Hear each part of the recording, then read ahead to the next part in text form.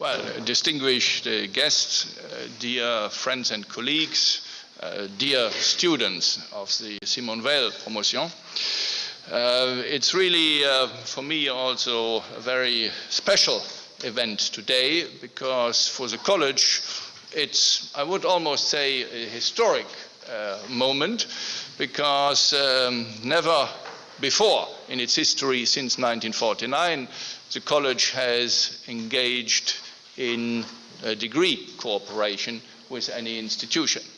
And here we are at the launch event of a new joint degree program with the Fletcher School, which it has taken a bit more than 2 years to set up, because also for the Fletcher School it is something new in terms of a form of cooperation. And we are so happy, gratified that now actually the program has seen the light of the day, and a special welcome to the 5 students who are participating in the first promotion of this new degree. In the 21st century, the United States and the European Union face increasingly complex political, economic, and societal challenges, which I think that's almost too banal to emphasize. Given their common interests and shared values, they best address in common. Just this morning, I had the honor and the pleasure to open our Sir Winston Churchill room here at the college in the presence of Sir Nicholas Soames, Churchill's grandson, and the British ambassador Rose. And Nicholas Soames, in his speech, said that he has held many positions. He has been an army officer, he has been a minister on several occasions, and he has also been a businessman, but he cannot remember in his lifetime a period in which the world looks as unsettled and as threatening as it does today. And in his speech, he also made a point about the need of cooperation within Europe, but also between Europe and the United States. So this is a reminder that actually there are a lot of common challenges, and we share a lot of history, but even more importantly, commitment to fundamental values.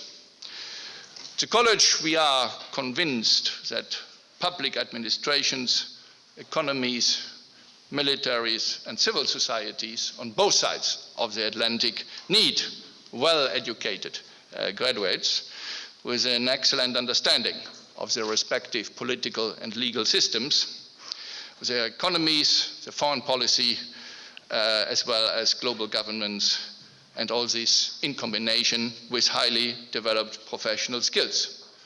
The need is to make a positive difference in relations between both sides of the Atlantic and help solving the problems we face and finding, to the extent possible, common solutions. There has recently been no lack of voices who have expressed doubts about the future of transatlantic relations.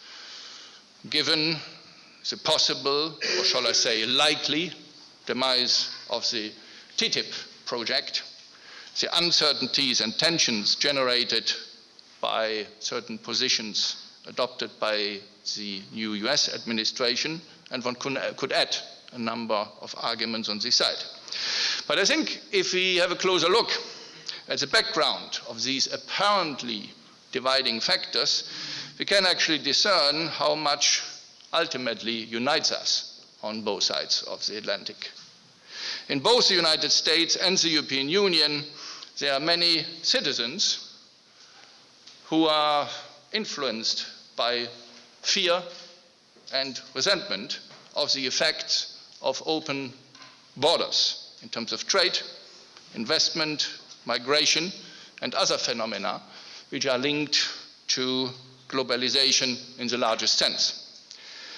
This makes many of those citizens, voters, prone to be tempted by apparently simple, my country first, and to some extent isolationist solutions. You find this phenomenon on both sides of the Atlantic. Yet it is precisely because we have some similar tendencies, which you can discern on both sides of the Atlantic, that we also become aware that this is only possible because we are fully fledged democratic systems, where actually citizens can express those fears, their resentment, and where this is left to the free interplay of democratic forces, where there's free expression. I'm convinced that in many other parts of the world there are fears and misunderstandings about the challenges of globalization, but in many countries of the world, citizens cannot vote to express these fears, cannot actually communicate them. I think this indicates actually, in a sense, and I think some of my political science colleagues might disagree with that, a certain maturity of the democratic systems that actually, under the impact of global change, you have evolutions which actually make citizens vote also for politicians who may be tempted to go for simpler solutions, for apparently simple solutions, which may be fallacious solutions in the end. I think this makes it all the more important to invest in the education of young potential leaders, which understand the challenges of both transatlantic cooperation in challenging global times, and are also capable of convincing citizens, business partners, officials of other countries of the huge benefits of trustful cooperation and the efforts to seek common solutions to challenges which ultimately are common. And this on the basis of shared fundamental values and effective democratic mechanisms.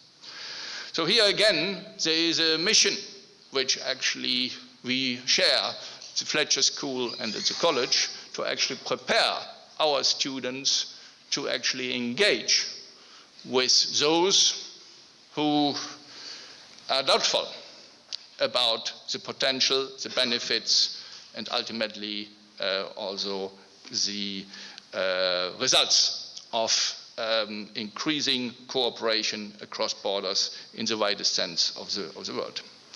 The Fletcher School and the college have decided, partially also before this background, to join forces to create a joint 2-year master's degree on transatlantic affairs aimed at combining the best of what both institutions have to offer in terms of academic programs, in order to prepare well-selected students for careers, and careers not only in the public but also in the private sector, where they can make a positive difference for cooperation across the Atlantic divide in these challenging times. I think this joint degree merits, in several respects, the categorization as a first. Firstly, it is the first truly joint degree of partner institutions in the US and the EU, in contrast with the several already existing dual degree programs. There are quite a number of dual degree programs, well developed with prestigious institutions, but we have chosen to actually go down the line of creating a joint degree with joint institutions, a single diploma, and with accreditation as a joint program. I was just last week at a meeting with the Director General of the European Commission for Education, and I asked her whether she has become aware of any other joint degree of a similar nature. and I got it also from her, because the Commission obviously has a wider monitoring role, that no, from her perspective, this is the only initiative of this kind to date in a transatlantic perspective. Secondly, this is a first joint degree for both the Fletcher School and the College of Europe. None of us has ever engaged in a joint degree cooperation before. Third, it is a first joint transatlantic program which has also a mandatory high-level internship component. In the dual degree programs which exist, you do not have currently any mandatory element of an internship which is also assessed. But we think that this is an important component in order to give those students participating a practical insight in the challenges of working on transatlantic issues. And finally, it is also a degree, and here I'm a little bit lacking in modesty perhaps, but it's a degree offered jointly by two first institutions in historical terms.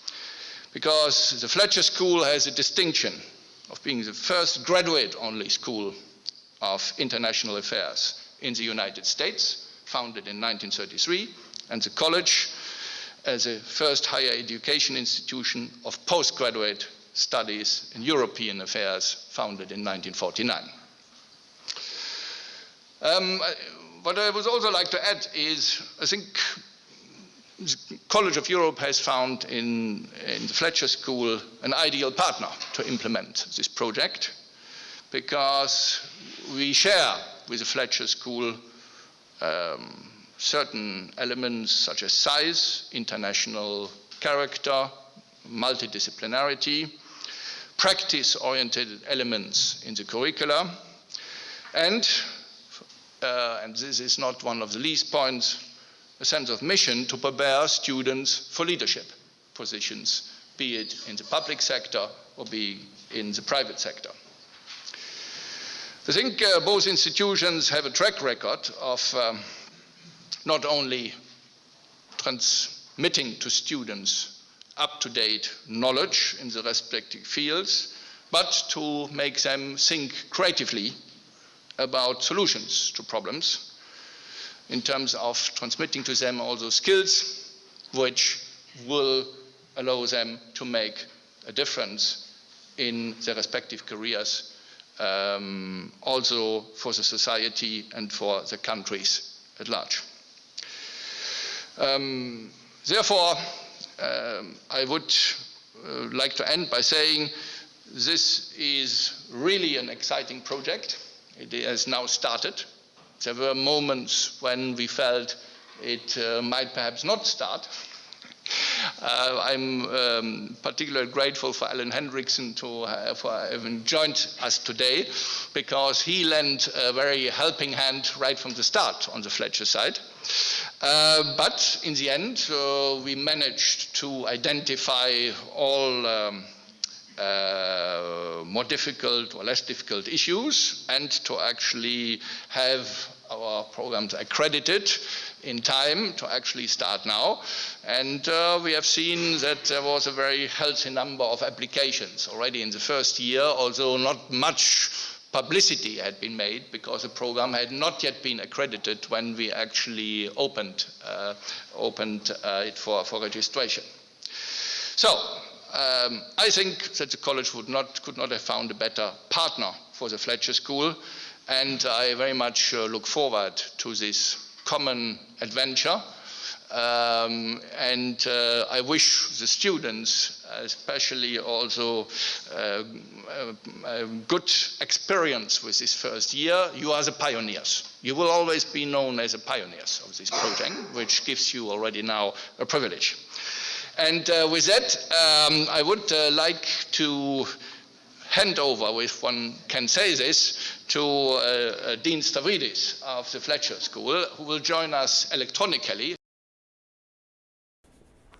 Hi, everybody. I'm Jim Stavridis, the Dean of the Fletcher School of Law and Diplomacy, coming to you from Medford, Massachusetts. I wish I was in Europe with all of you to start this wonderful new semester and to see you as you matriculate into this marvelous new program that we've created with the College of Europe. Two wonderful institutions, the Fletcher School on this side of the Atlantic, College of Europe in Europe, two marvelous locations there, roughly the same size, the same ethos, the same values. This is, we would say in American English, a marriage made in heaven. We are very happy to welcome each and every one of you individually to this terrific program. And I'll tell you 3 reasons why I think it's so important to be studying transatlantic affairs today. First, it really is about the value set that is shared across the Atlantic Ocean. Democracy, liberty, freedom of speech, freedom of education, freedom of assembly, gender equality, racial equality. These are the right values. And they're not just Western values. They come also from the East. Together they are global values.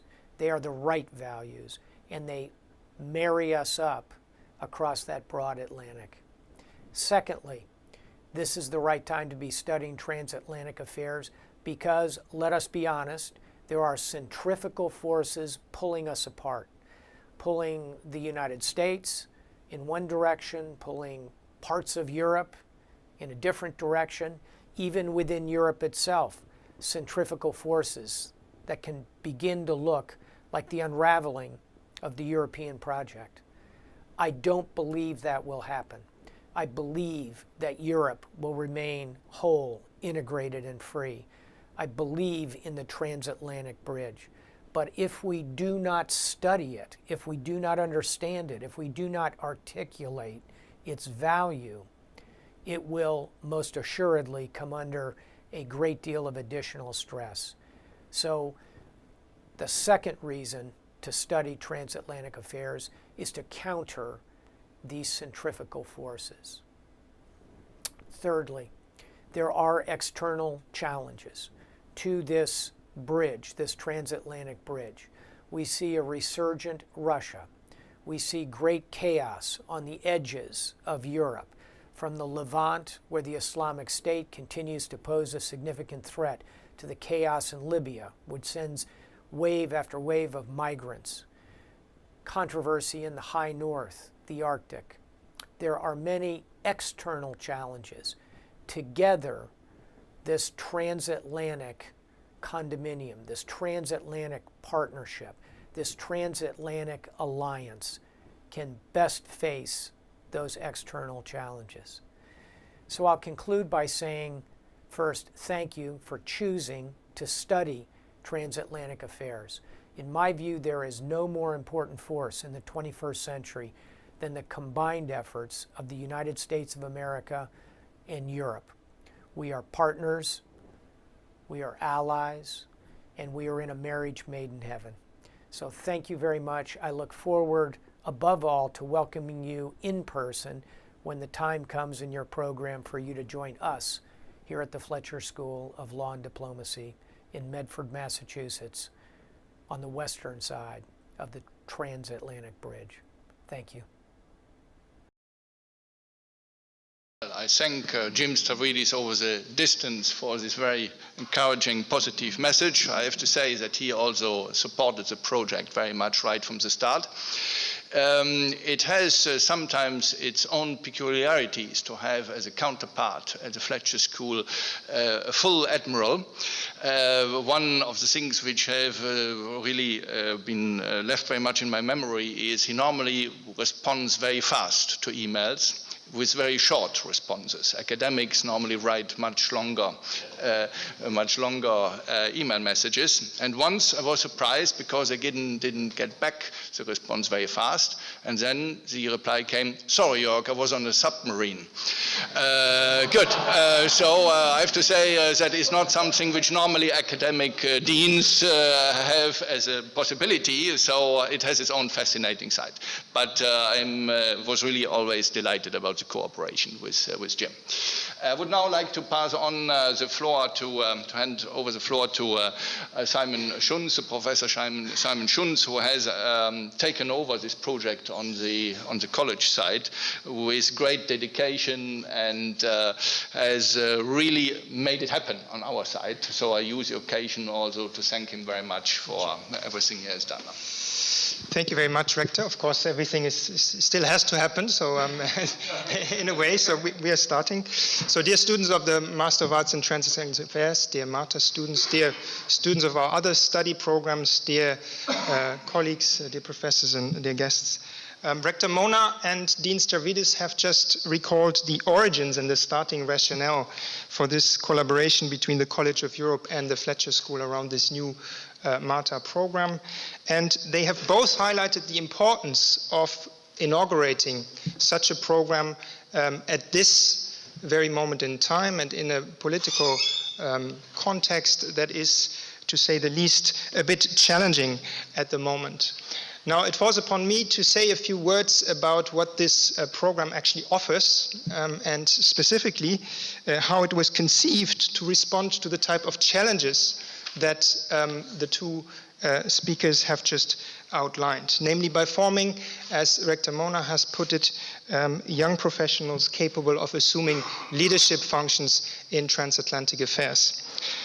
So the question is, how does this joint two-year program aim to quite practically contribute to the objective of forming such young transatlantic leaders?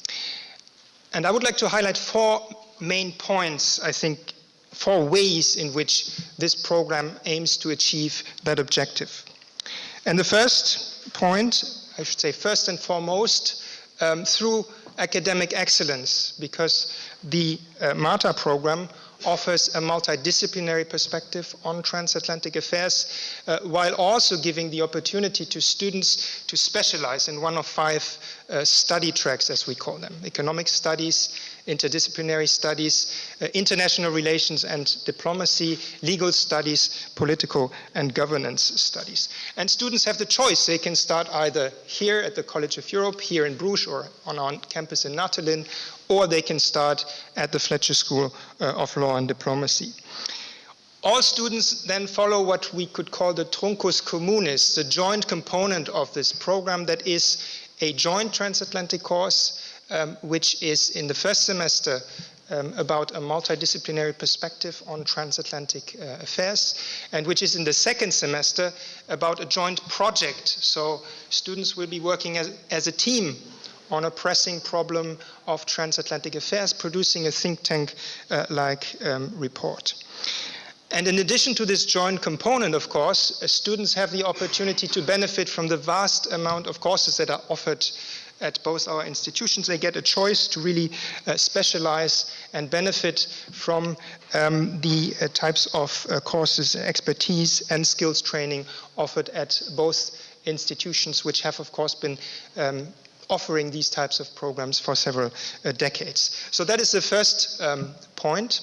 A broad and critical understanding of transatlantic affairs and a set of indispensable professional skills that can then be tried out, and that is the second ingredient of this program, quite practically through this professionalization component that the rector already mentioned, which is a high-level internship in transatlantic affairs. And we invite students to do this internship on the other side of the Atlantic, meaning inciting them to see transatlantic affairs through the prism of the other, further developing their knowledge, their skills, and also their intercultural sensitivity in that sense to become a true transatlantic professionals, which I think will then also help them pave the way into the labor market after graduation. Third point, in-depth personal research. This program foresees over the course of the 2 years, a master's thesis in transatlantic affairs related to the specific study track that the students choose. And this master's thesis will benefit from the types of courses that students will take on both sides. It will benefit from co-supervision. There will be one faculty at Fletcher and one professor here at the college supervising it. And it will hopefully also tie in with the internship component. And fourth, so last but not least, I think the shared philosophy of the Fletcher School of Law and Diplomacy and the College of Europe is also to provide a learning environment that continuously incites students to interact and engage with others, truly engage with an international group of students at each of the two institutions, the staff, etc. So the program will push students to be sensitive to others' positions, to explore cultural differences while seeking mutual understanding, and also maybe to understand and acknowledge simply political differences while still seeking to identify options for joint solutions. So in a nutshell, it's about academic excellence, a practical component with the internship, an in-depth personal research project, and a learning environment that provides intercultural skills.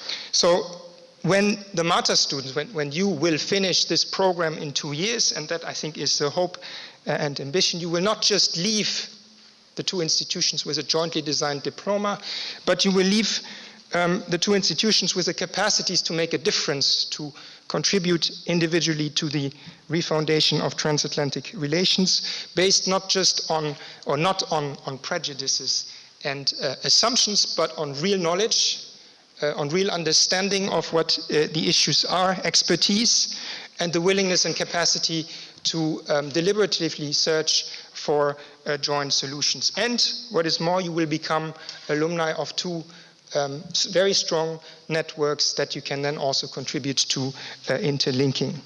And if, and I would like to say when this happens, when this is achieved, I think the objectives that both Dean Stavridis and Rector Mona have outlined will have been attained. And that is, of course, what we wish you and what we wish the program for the future.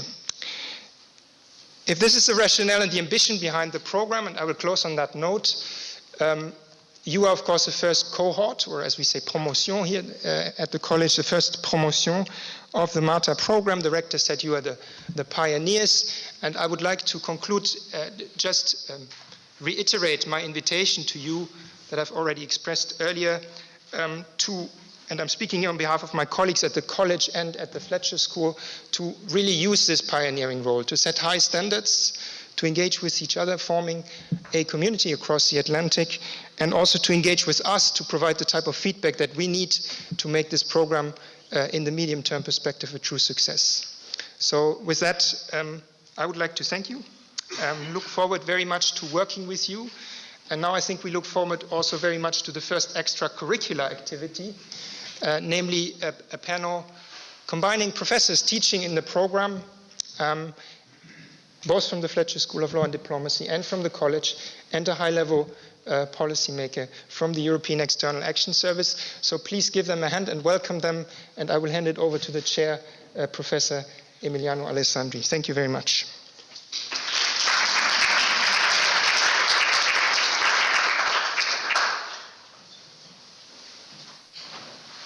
Thank you, Simon. Let me just move these flowers, which I realize are standing between me and you. Thank you for the introduction, and it's indeed a privilege and a great pleasure to be here today and moderate this panel about the transatlantic relationship. I'm joined by an outstanding panel of experts and practitioners. I believe all of you have the programs. I'm not going to read their CV, but just as a way of introduction, to my immediate right is Professor Stefan Fröhlich, who teaches at Erlangen University, but also here at the College of Europe for many years. And he's an expert on transatlantic relations. Further to my right, Professor John Shattuck, a career in diplomacy, among other things, but now a professor at the Fletcher School and at the College of Europe.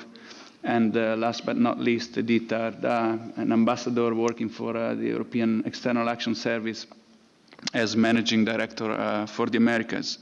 I think we will hear from them different perspectives, academic and policy perspectives. Before I leave the floor to them, I'm conscious of the time, which is not too much. Let me just make a few considerations just to sort of kick off the roundtable. Considerations that I really make in a personal capacity. I'm also on a regular basis an officer at the OSCE, but I'm not representing today in any way the OSCE. I'm just a visiting professor with the College of Europe. I think it is fair to say that we live not only challenging times, but times of deep uncertainty in the transatlantic relationship. I wouldn't go so far as to call it a crisis, no least because the term crisis is nowadays applied to almost anything, and it has lost a lot of its explaining value, but definitely uncertainty. On the American side, we have an American president that is, I would submit to you, the first president, at least after World War II, that is pretty much a sort of outsider, definitely anti-mainstream when it comes to, not part of the mainstream when it comes to foreign policy. I wouldn't call him an anti-establishment president, given his wealth and his connections, but definitely outside of the foreign policy mainstream.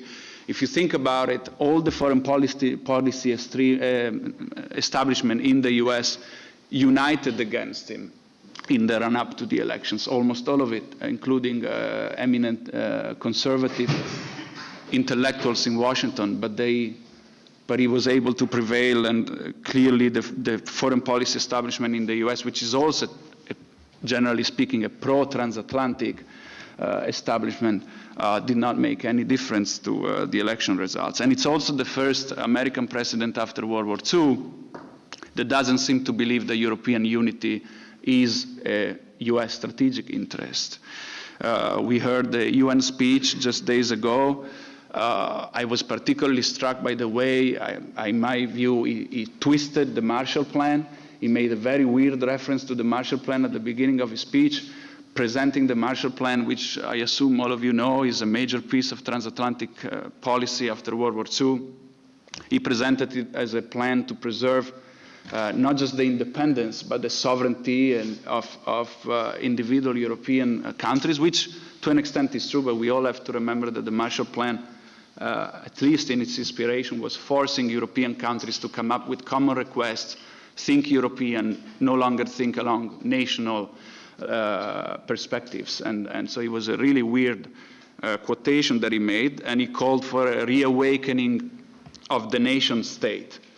And definitely he sort of presented this sort of America first view of international affairs, and he rarely mentioned Europe and common values and other things in his speech. At the same time, we all know that Trump is not alone at the helm, and he found some significant resistance from within his own party. We have to remember that the US Congress has passed sanctions against Russia even after his elections, and even, despite all the talk coming from him and others around him about improving that relationship, which is key to understanding transatlantic. On the EU side of things, I think we have a Europe that is slowly recovering from one of the longest economic crises Europe has suffered after World War II, probably one of the worst. But the social and political implications are still very much with us, and they're still playing out, including in the form of rising populist movements that happen also to be, in most of the cases, xenophobic forces that are also sort of globalization forces, and very much also against transatlantic cooperation. Not all of them, but many of them. We had the German elections. I'm very eager to hear your interpretation. I think that Germany, paraphrasing a definition that I found in a recent policy report, is really becoming the sort of swing state in transatlantic affairs. And I really want to know from Professor Froelich what the transatlantic implications of the last elections might be. I said that we're not probably at a time of crisis, but if we take a look at all these different movements that are questioning the post-war order and that are questioning maybe even our democratic systems, we might actually be concluding that there's not so much a crisis between Europe and the US in terms of, a competition between the two, but there may be a crisis in the sense that, all of our democratic societies are challenged from below by forces that don't seem to believe that democracy can deliver the type of social contract that our societies have decided. And so that's something probably even deeper and more fundamental than disagreements between Europe and the US. And another, as a provocation, if you think about it, all these forces that are challenging Europe from within are those that are more aligned with Trump and the Trump worldview in the US. So, the sort of transatlantic dialogue, maybe it's shifting to these forces, but it would not be under the banner of transatlanticism, but of resurgent nationalism defined in different ways. So it would not be an easy dialogue, an easy transatlantic dialogue. I stop here. I've spoken already too much. I'm going in the same order that you have here. So Professor Shattuck, you have around 10 minutes, and then I will move to the next speaker. Thank you. Thank you. And I'm going to do the same with the flowers. They're going to keep moving down the table. They're lovely, but they get in our way. Thank you. Thank you.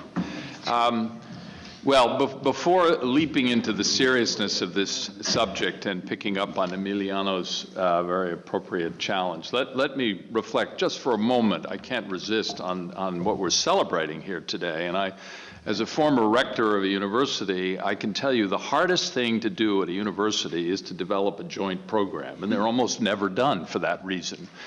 And this brings to mind a small book written by a famous Plato scholar around the turn of the 20th century. His name is F.M. Cornford, and it was called A Guide to Academic Politicians. And it has a chapter in it which is about the dangerous precedent. The dangerous precedent, he goes on at some length to analyze all the various reasons why things can be dangerous as a precedent when you're running a university. And he concludes with the rather bald statement, which does sometimes determine academic politics: nothing should ever be done for the first time.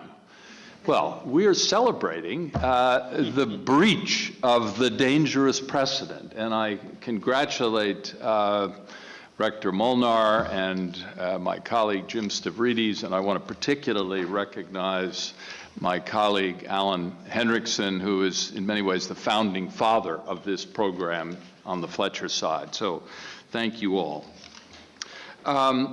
So what is this transatlantic relationship? What are we talking about? It's something that's sort of vague and out there, but it's not terribly clear. And I will get in a moment, Emiliano, very briefly to the challenge that you've rightly presented to us, which is it in crisis? And I think that there's no question that Donald Trump is at the forefront of nationalist politics today, and forces of disintegration, which go in exactly the opposite direction from what is the subject of transatlantic affairs. And this is indeed the crisis. But what is the relationship? Well, it has a very deep set of common roots on both sides of the Atlantic. I think we know a shared culture, shared concept of Western civilization, common values, including human rights and democracy and the rule of law. But it also has deep historical tensions, and we should not forget those because they are at the heart of the relationship as well. We could obviously know on the U.S. side that the U.S. was founded by waves of refugees who were escaping political and religious persecution in Europe for centuries, and who came to get away from the old world. And then new waves of immigrants, millions indeed, who escaped Europe to seek a better opportunity in the United States. And not to put too fine a point on it, but we fought a revolution over this. The American Revolution, after all, was the final statement of a breach with Europe by the United States, which was just in the process of formation, of course, at that stage. And today we have deeply ingrained U.S. sense of isolationism, but it goes all the way back to George Washington, who in his farewell address after leading the United States as the first president, warned against engaging with foreign entanglements that might cause difficulties. And of course, we have it now in the worst possible form in the Make America Great Again slogan of Donald Trump. Now, the modern transatlantic relationship, which we're studying, and I welcome 5 of my students who are sitting here in the front row. We are doing this transatlantically every week. The modern relationship is really a creation of the 20th century. There are common security and economic interests that have brought the U.S. and what is now the EU, Europe more generally, together. Certainly 2 world wars, the Cold War containment doctrine, which followed the Second World War, where the bipolar world developed, and Europe was, of course, particularly Eastern Europe, under the heel of the communist expansion. The U.S. played a key role in this period in promoting integration within Europe by doing so through the Marshall Plan. The Marshall Plan was an instrument in which the U.S. played a role, along with obviously key European leaders like Jean Monnet and others, in bringing European countries together to begin to rebuild Europe. And then, of course, the common defense and security policies that were developed around NATO, which was really an instrument of probably the most Eurosceptical nation, the UK, which was in many ways the father of the NATO alliance, together with the United States and others who came on board. And then what we need to really see, I think, is that what there is and remains to some extent of a post-war international order was created out of this transatlantic relationship. I've already mentioned the Marshall Plan, NATO, the Bretton Woods economic institutions, and which were created out of this relationship in the post-Cold War period, the Washington Consensus that developed around international market economies, and of course the UN itself was in many ways a creation of the broader transatlantic relationship in that stage, involving the Soviet Union and Stalin in the Yalta Agreement of 1945, which is very controversial in many respects, but really was the cornerstone of the global institution that we know as the UN. So a remarkable legacy, despite these historical tensions that I've mentioned. We also have a very complex set of comparative relationships between the US and the EU around the concept of federalism. It's very different on both sides of the Atlantic. The US federalism is multi-layered. It's based on previously sovereign states coming together and actually deciding that they wanted to be one. The famous slogan, E pluribus unum, from many one. EU hybrid federalism, which is still very much in formation, is based on the cooperation of continuing sovereign states. And in many respects, I would slightly change the E pluribus unum to say E pluribus pluribum, which is from many, many. Indeed, that's what the European Union is. But there is still something there. And what's there is a remarkable thing, which I think the United States doesn't have in the same way, which is an experiment in international and regional conflict management. Of course, the legacy of the Second World War and all the terrors of the First World War and the breaking apart of the European continent, and then it's coming back together again around this concept of e pluribus pluribum, I think is a remarkable instrument of conflict management. Nonetheless, it's difficult to get in touch with the European Union. I can say this as a former diplomat. Henry Kissinger famously said, what's the phone number of Europe? Who do you call? Who do you deal with? How do you engage the European Union?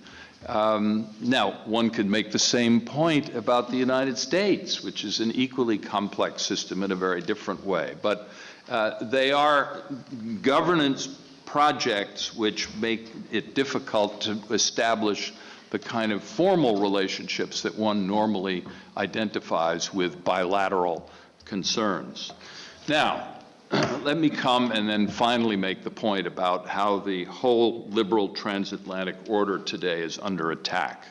And in many respects, the Trump election represents the nature of that attack. It's under attack from populist and nationalist reaction against globalization, against European integration, against economic and cultural elites who are seen to be pulling the strings that are leaving everyone else behind, and the evidence of the substantial inequality, economic inequality, particularly in the United States, is fueling that.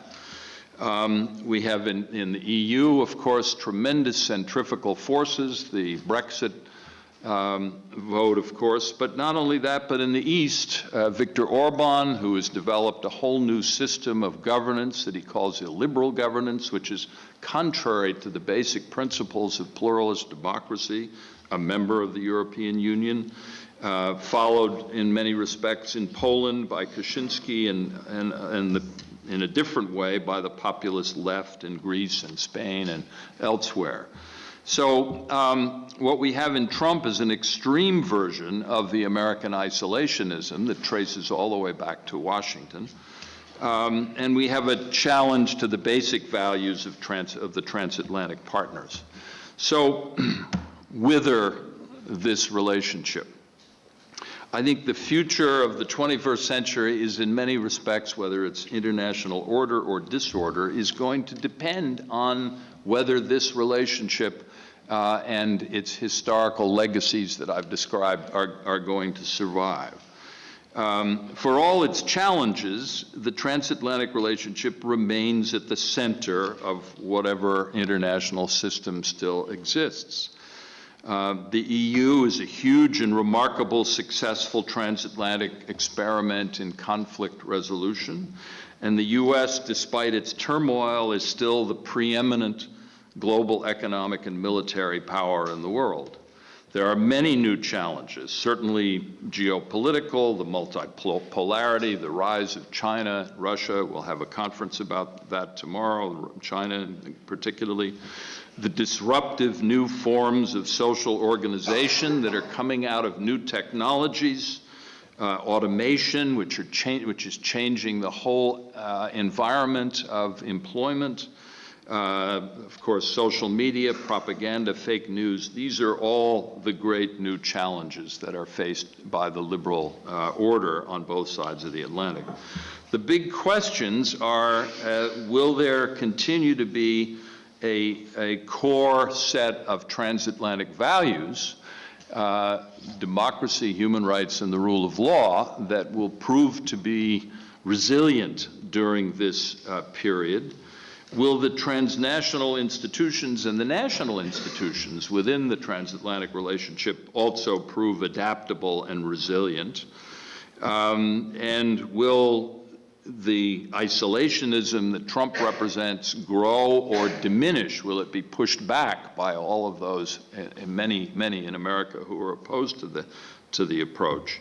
And finally, the biggest question of all, which we asked ourselves in this week's class, which just took place yesterday, is whether change and crisis can be a catalyst for strengthening the transatlantic relationship, the European Union, and indeed the federal system in the United States, or rather, is it a force for weakening them? And that is the big question. And of course, there's no simple answer to that, but it's the question before us. So, thank you.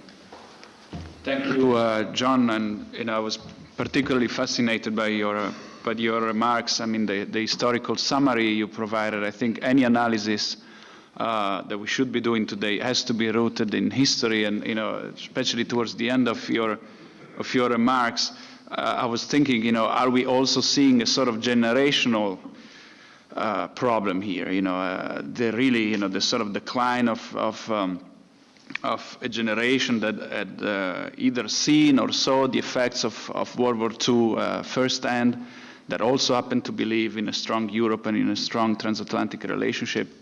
At the same time, Trump and others are clearly belonging to the generation that benefited the most from the transatlantic relationship, and they still don't seem to believe in the value of that. I also liked very much your references to the Marshall Plan and to the fact that this relationship has been punctuated by crisis all along. I'm sure Professor Froelich will walk through some of them. It has always been a troubled relationship. The question whether the transatlantic alliance has been asked many times. If you Google crisis of NATO, crisis of the West, you find endless books. Just to quote a few instances in the 60s, with de Gaulle in France, imagining a different type of European future, maybe not, aligned with the U.S., but maybe not tied to the U.S. Through NATO or other means. George W. Bush, just a few years ago, a huge transatlantic crisis over Iraq, but also over values, the use of torture. So it's not a relationship that all of a sudden is changing for the worse. I think what is new is that this time is really about our democratic systems. It was never truly about our democratic systems before. It was more about whether the U.S. really believed in strategic autonomy of Europe or not, or whether we should export our models even by force. Disagreements about these type of issues. This time it's undermined from maybe from below. But I stop here again, and please, Professor Froelich, the floor is yours.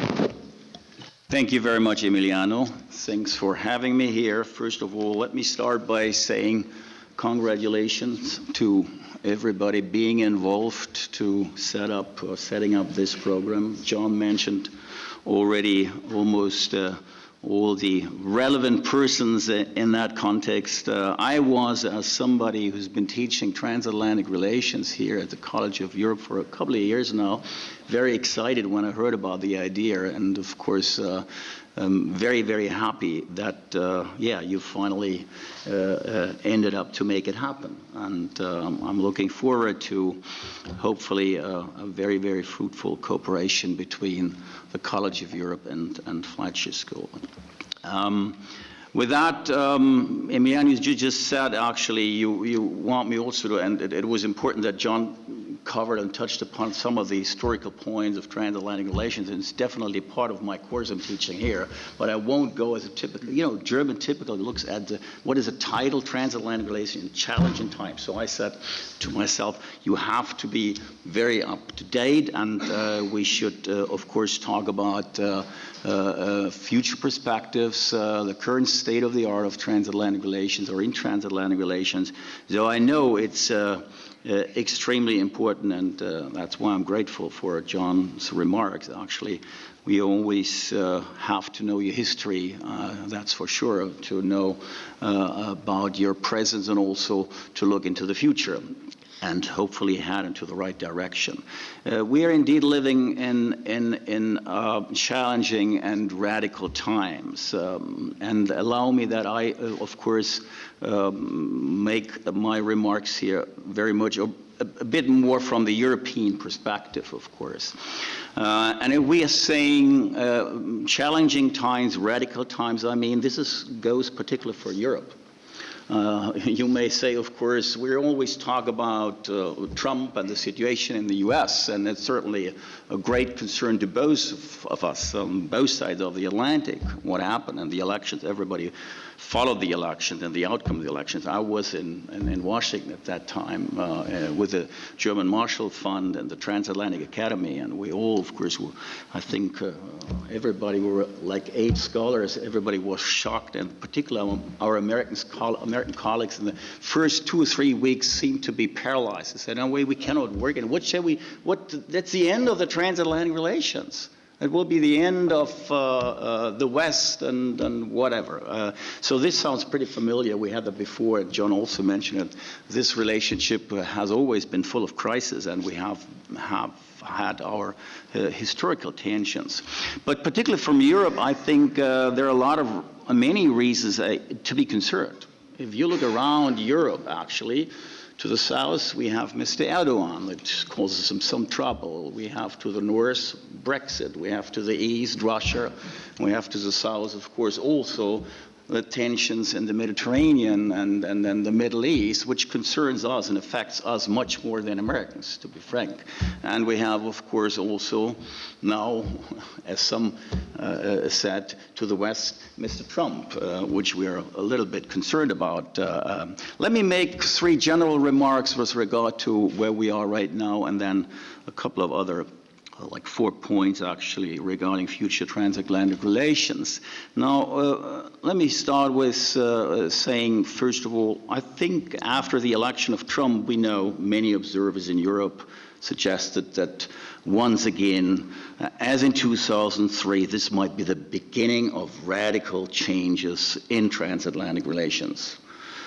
More than just crisis, it might even cause drift apart or whatever, a breakup of that relationship, and maybe the end of the West in general. I think it's not. I'm pretty optimistic. I will tell you why, for several reasons. And apart from that, as John also said, real crises offer rare opportunities for rerouting things. I think what is important to, first of all, to say is Europe, I also remember the discussions we had in Washington a couple of months ago when everybody was concerned about the future and what that would mean. I know, and there's no doubt, Europe, in particular Germany, as a new swing state, as you mentioned, I will come back to that, cannot replace the United States. We certainly are not ready to, let's say, provide for the famous public goods the United States have been doing for more than 4 decades, 5 decades actually, on a global scale. And Germany, we would be happy if we would be able to do so on the European level. And there are a lot of people actually on the American side who are actually pushing us to do so and to, let's say, translate our economic weight into a more political also weight, and security-wise, of course, as a matter of fact. But what we can, we cannot replace U.S., but we certainly can live with Trump. Maybe for a couple of years, who knows, maybe for 1 term, maybe even less, or maybe even more. We don't know, we can't tell. My second point, actually, I made that actually quite provocative. I wrote that in an op-ed for Foreign Affairs at the beginning of 2017. I said maybe it's more likely that Trump will not survive, actually. But it's at least more likely than that Europe will really fall apart, as some of my American colleagues actually suggested at the beginning of this year. So far, my guess is actually, and my feeling is that he seemed to rather unite than split Europe, except for the United Kingdom. The UK. I think the most obvious example to that will be, and most obvious signal will be, a reinvigoration actually of the German-French axis and the German-French partnership. I also doubt whether the election really triggered a greater momentum, as many actually feared, for radical populist movements in Europe. We have them, as you have them on the other side of the Atlantic. But one reason why I think we should not be misled in this context is the roots are nevertheless, they're similar in many ways, but they're different. As a matter of fact, my observation actually in the US was over the last 2 years studying that populism actually is much more, rooted in economic concerns, anti-globalization, which is actually pretty new for Americans. I remember the optimism in the United States in the 1990s that until the beginning of the 21st century. Globalization was Americanization, and it was a positive thing. All of a sudden, globalization is bad and is doing harm to Americans. This is exactly what we had. That was a discussion in Europe, and particularly in my country, in the 1990s. Now things seem to be reversed. And I think in Europe, it's, which is maybe even of greater concern, it's much more, also in my country, partly, of course, culturally rooted. We shouldn't underestimate that. I mean, and that's something to do, I come to that in a couple of seconds, actually, with what's going on our southern periphery. My third point, nevertheless, though I'm optimistic, I think we should, of course, nevertheless worry about the fact that in my country, according to recent polls, only 25% of the Germans still have a favorable view of the United States. And there are a couple other European member states where you find, receive and get similar results. So, and I would be also careful in, what many observers on both sides of the Atlantic like to do, actually. Trump is just an aberration of American foreign policy and American politics anyway, as Bush used to be, Bush Jr. That's what many people told me. But I think we shouldn't underestimate that, of course, the country still and will be, I think, in the foreseeable future, extremely polarized, as many European countries as well. And even if there is, under another president, be it a Democrat or a Republican, we should get used to the fact that I think this will not be just a preliminary or just a transitional period with this administration. So this is, I think, something we have to be concerned about. That leads me to my 4 points, very briefly, actually. Where are we heading to? What should be our strategy? For Europe, no doubt about it. I mean, you mentioned it. I mean, there is no alternative to this relationship. Still, there is no alternative to it. I'll come back to it in a minute. So that means I heard many people also in my country saying, and in political Berlin, well, let's get tough with Trump and whatever, and principle-based politics. This is what we have to actually pursue and what we have to do. Yes, but our strategy has to be a dual-track strategy, and that's the strategy of the European Union and also of my country, Germany. That means engage wherever possible, but remain clear regarding our principles. I think this is important. Even if we know and do know that we cannot replace the United States, and we still need the United States to be around, and I'm deeply convinced of that, in Europe. So we have to do so because otherwise we would give up on Europe. because you said we are sharing these values. If we would give up on certain, values, which this administration on the other side of the Atlantic at this time, at this stage, seemed to somehow actually betray, or whatever you want to call it, actually, then we have to be committed. Otherwise, we would really give up on ourselves, on Europe, and probably also on the West. So that means a more collective European approach, pluribus unum, and I like that, very important, but we need at that stage a more collective European approach. It can be much more flexible, it can be with different speeds or whatever, but we need a core Europe actually to, nevertheless, to actually be clear on that. That's my first point. Second point, I think, what is very important, security ranks higher than any other issues in these days, which is quite astonishing. By the way, also during or in the election, recent election, and you all know about the outcome in Germany, security never played a significant role in German elections, but for the first time, actually, security played a role. It played a role. You may say it was only related, let's say, to the refugee crisis, internal security, but you cannot separate external security from internal security. And we're starting to, reach an awareness for this also among the German public. There has been a pivotal change, I think, anyway, since the Ukrainian crisis and Syrian crisis, and that was before Trump.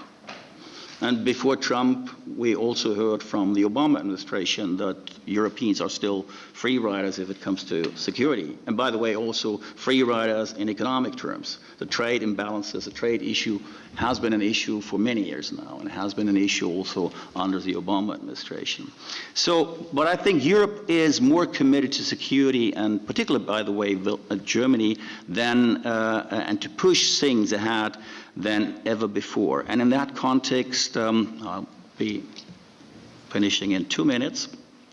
I don't think that Russia is the number one concern, by the way.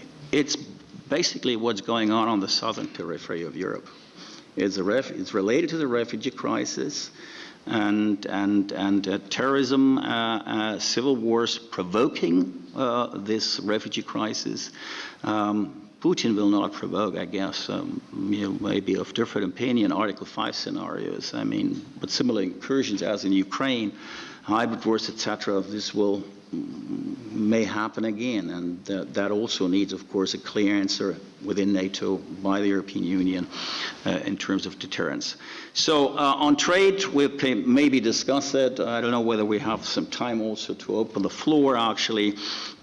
Trade will remain important. My last point, actually, is, and with that I conclude, yes, we need each other, we still need each other, and we still can, by the way, also learn from each other a lot, you wouldn't believe it. So this relationship is still the closest political to security relationship. It's the largest economic relationship in figures and numbers, and achieving our economic goals requires cooperation. By the way, particularly if one sees China, as in the United States, as a top, actually, global economic challenge, then we need a common answer. This is, I think, extremely important. And there are a couple of other issues which we also should have on our agenda. And I heard about you mentioned the younger generation. It's interesting. Let me conclude with that, actually.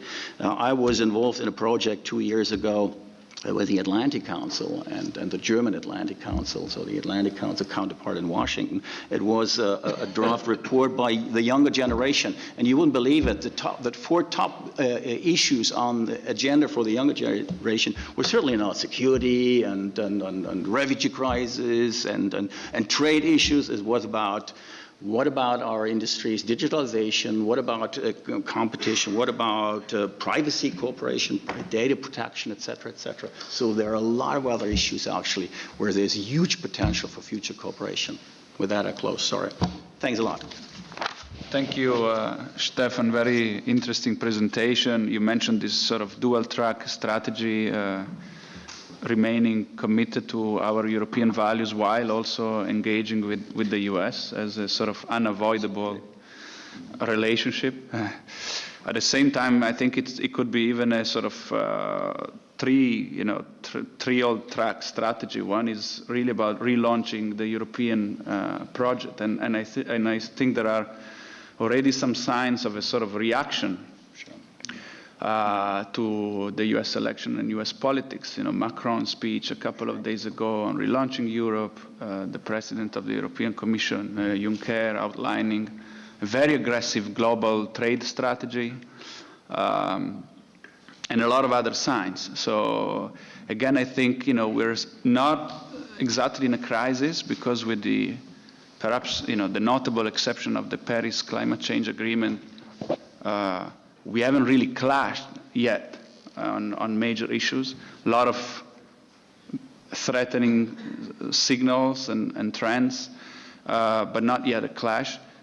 I really want to hear now from Edita. Just a comment on trade, because you also ended on trade.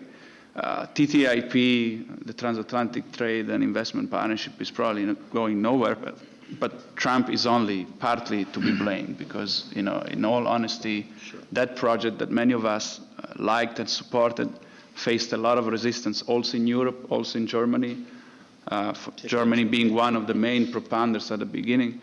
And Hillary Clinton was also very cold on that during her campaign. So that's the one issue you cannot fully blame on Trump. But I really want to see from somebody working in the EU, for the EU, how the situation looks like now. She told me privately it would be an optimistic presentation.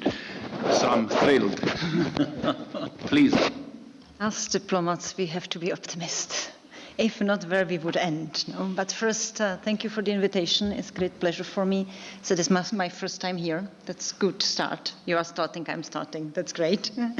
Congratulations to this great project you have, because I think, especially in these days, it's very important to bring United States and European Union and United States together.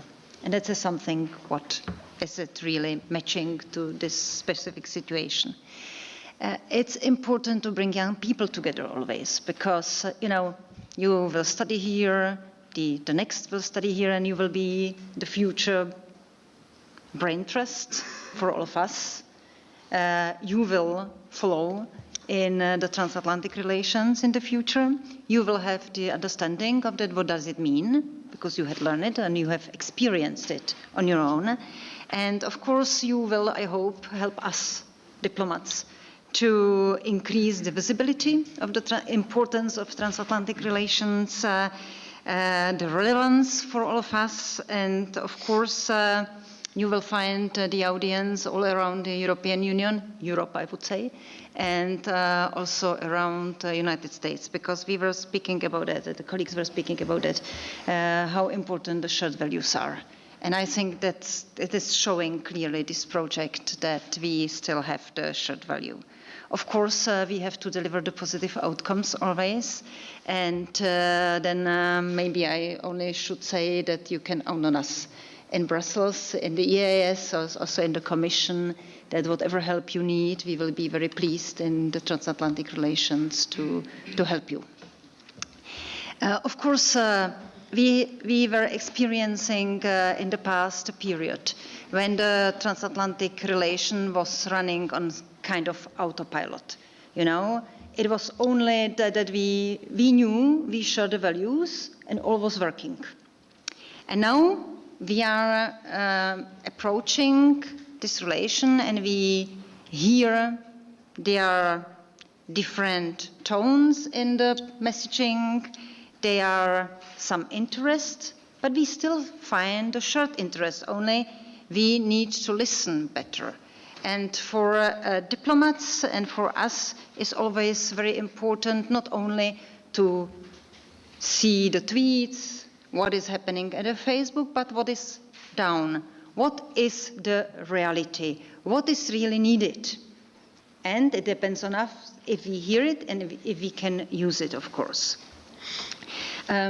You spoke about the history of the transatlantic relations and about that what was important for Europe. And I have to say, wherever we go this year, and Federica Mogherini especially, We are mentioning Marshall Plan. We are mentioning United States participating in the 2 world wars, being here and helping us Europeans to build up all that what we have today. And of course we are celebrating the 60 years of European Union. And I think this all is very important, especially today. And when we today look in the future and for the future in transatlantic relations. So let me maybe mention 2 aspects what we see. First, we need to look for the opportunities. The latest developments, of course, could be seen positively or negatively, but definitely what is expecting us and what can we use for the future of positive development of transatlantic relations. And of course, we need to look also into global governance, into multilateralism. What is important for us as European Union, where we need the United States really to be present and helping us, or maybe not to be so present as in the past, but being there. And here, this is something what we have to talk with our partners in the United States, in the administration, but not only in the administration. And this is also very important to mention, that the United States is not only the administration. It's not only Washington. It's the people, many states, many races, many universities, researchers, etc., etc. And especially in these maybe a bit more complicated moments, I think we have to rely on it that it is still United States as we knew it in the past decades. And we need to focus on that, what will be positive for our transatlantic relation. So maybe not so much traveling to Washington, maybe much more traveling to wherever, Minnesota, Idaho, etc., to show who we are, what are our values, and why maybe we are important for our colleagues and friends over there. So again, opportunities and challenges. Of course, now we see a bit uncertainty, we see a bit of unpredictability, but we need, again, what I was saying, and that what we do in the last days and months, at least in Brussels and in headquarters of all 28 member states, we are looking for positive themes, for the ideas, looking for responses, looking to that what could link us. And we need to see, of course, certain balance in the relation, but we should approach United States positively, say, look, that's what we are, that's where we need you, we would like to see you, maybe you could consider collaborate with us on these. And of course, there are different areas. We mentioned it here already, security. Point number 1, now very important, economy and trade. Some aspects of foreign policy. And maybe to say, we see United States going back from certain policies like Paris Agreement, like maybe multilateralism in certain degree. But there are places where we need United States, like Balkans, for example. There, US plays very important role, and we need them there. Middle East, of course, always, and absolutely indispensable for the world security. So, and not only security, but also prosperity, because it goes hand to hand. When I look at it, what we did in the bilateral relation, first, let me speak about the security part. NATO, clearly recognition in Washington, very happy European Union about it, what is happening in the part of security. Our contribution, CSDP missions, which are deployed in many cases to places where US is not present. Our defense capabilities increasing. Of course, you spoke about that, these 2% increase to 2% contribution to NATO. It's not new. We have heard it during Obama time. We have heard it even before that EU needs, or the members, not EU, but generally, that the NATO member states should be involved and should increase this. It's absolutely clear. It's important for our own security, of course. Absolutely concrete cooperation, which is increasing now positively in these days, is coming back to back in these Keep America Safe, cooperation with Europol, for example, intelligence sharing. I have here numbers. Between 2010 and 2015, the EU-US information sharing via Europol's Secure Information Exchange Network application, so-called Siena, increased by almost 250%. US agencies have deployed investigators to work in European Counterterrorism Center. We haven't seen it before. They are very much engaged in Center's Internet Retail Unit, and we join effort in counter-Islamic online propaganda, of course, contra the propaganda. So you see, US cooperate even more and more, especially in this year, with the European Migrant Smuggling Center, and maybe also mentioning the European Cyber Center and the Global Coalition Against Daesh, now very much involved. Last 1-2 years, if much. Second topic important also for security is, but a part of that, counterterrorism. Of course, it's important for protecting our citizens. We see the threat, but we need also deal with the root causes. And here again, let's speak about the privacy shield. You mentioned it already. Very important, the idea to protect both together, European Union and United States, the citizens. Very important, again, the cooperation goes forward. And of course, in the area of security, we have still 5 member states which are not part of visa waiver program. Great cooperation, big involvement of this administration, working with us on the projects, and we very much hope it will happen that these last 5 member states would get visa waiver program soon. I am not speaking about dates, but maybe we are there. Third, foreign policy. Going very quickly through.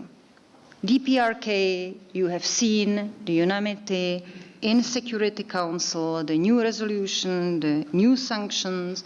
Of course, you see newspaper, you listen what is said, but you also need to see what is in the reality happening. We, of course, need this instrument as a sanctions, because with sanctions, we hope it will force the government to open challenges for a dialogue. So, and there, unanimity, European Union and United States both together. Syria, where European Union is very much involved in the post-conflict reconstruction, which is interesting and important for the administration in the United States, and they won't engage with us. Russia, Ukraine, there we need very much United States working together also in the sanctions, in the implementation of the Minsk agreement, which is very vital for that the situation in the Ukraine gets to a normal. Involvement in the multilateralism, we were speaking about it already. Federica Mogherini had been now and about president, and the president had been to the UN, to the General Assembly. Very much support for the situation, reform of UN, and maybe now with the new administration in the United States, we could go forward, at least if not in Security Council, then maybe a reform of Human Rights Council, which is also very much needed. And it's the aim for this administration and European Union. We will be very happy if this could be the reality. Iran. We hear President Trump saying what he's saying. Of course, we are very much observing what the Congress would do when the momentum comes. But again, positive engagement, and here is something what we had to do and we have to do. We should say, where are our values? What do we think? And here we are absolutely consequent, and we say, maybe you have different idea in the United States about this. But for us, this agreement with Iran is really crucial. Coming out from foreign policy, trade, of course. TTIP, we are looking at what does it mean, America first. We are trying to find the positive ways for the EU interest in this. Maybe some part of that what was negotiated could be taken out from the freezer, as we say. But I have to say that the United States is very much aware about that they need Europe and European Union. In trade and investment, when you see the numbers again, the EU creates factories in the United States. It's not the US who creates factories in Europe so much.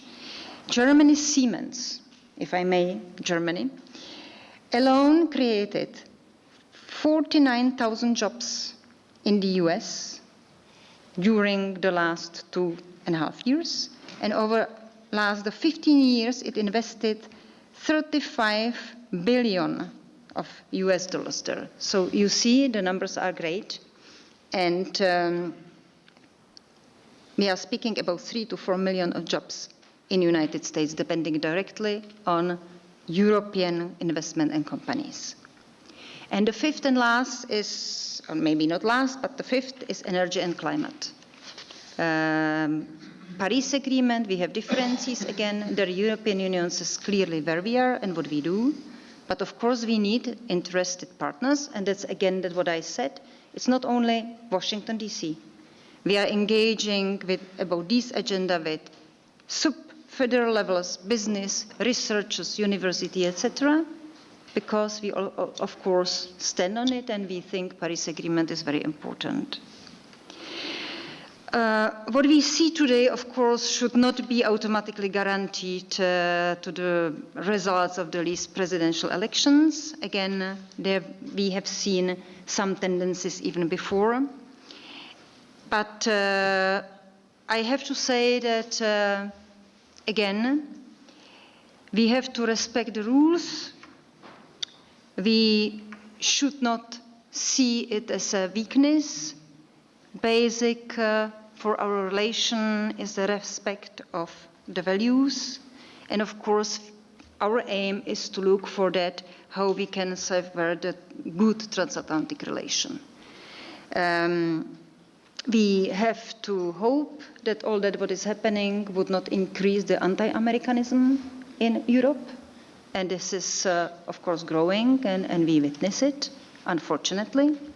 But it's, again, work for you to, in the future, to influence the public opinion and to engage and to stay firm that transatlantic relations are very important also for our future. Thank you.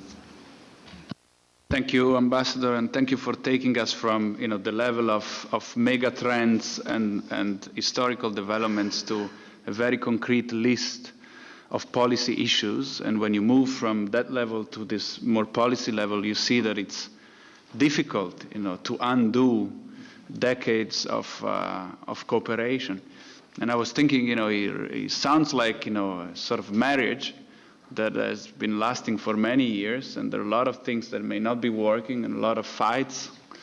But of course, there are so many interests, in addition to values, bringing us together that it's really difficult for any one person or any one movement to undo what has been built. I'm looking in Simon's direction. I don't know if you think there's time for some questions. Questions are standing between us and the reception. So please ask very short and specific question. I see one up there. I think a microphone is coming your way.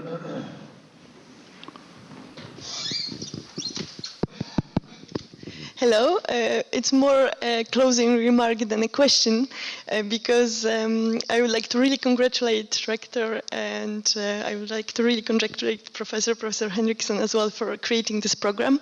I am one of the few alumni of both universities. I am a Fletcher College of Europe and Fletcher School alumna, and I'm also wanted to underline that you not only join an academic program, because every College of Europe student knows that College of Europe is not only about studying. It was created to foster bonds between people, and so that they can work together for the EU. So I think it's a very, very important start of the program, because you will create bonds between US and Europe.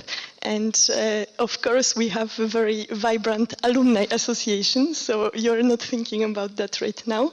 But there is both, of course, College of Europe Alumni Association, but there is also a huge network of Fletcher alumni, not only in Washington, D.C., in UN, but also around the world. So I really congratulate you, and please foster those bonds and let us work together, because it's a difficult moment in this relationship, for sure. Thank you. Thank you. One question over here, please. Thank you very much for this opportunity and for your deep insights. I have a question to Mr. Shattuck. We have seen that Monsieur Macron and Madame Merkel, they are very committed to the creation of defense community.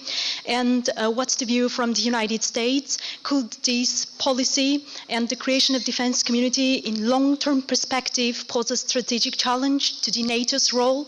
And I have also some question about isolationism. You said that Trump kind of symbolizes the extreme version of US isolationism, but we have seen that despite the rhetoric, the United States has remained committed kind of to the defense of Europe, as we have seen that the US has deployed troops in Baltic countries, in Poland.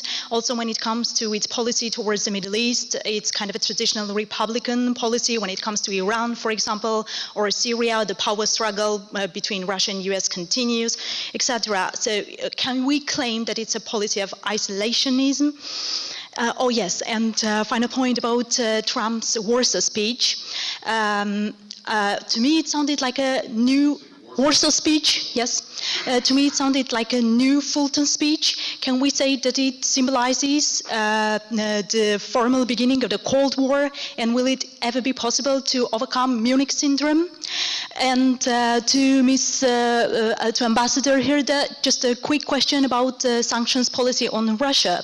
So don't you think that this policy and kind of solidarity with the US comes at huge cost to the European Union as well?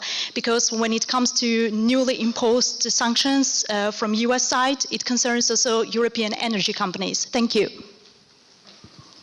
Thank you. A lot of questions there. I'll give you very short answers. Let me just, John, see if there is any other question. Otherwise, Professor Henriksson, I think, had a question. Definitely. Yeah. We collect, maybe one more. Is there any other question apart from the? This will be very simple, not a question at all. It's just simply to identify something that you yourself, Emiliano, and also Stefan identified, which is the factor of generations and the dynamics between them. The World War II generation was formed by that experience. There was a lot of polarity within it. There were conscientious objectors. There was the Vietnam generation.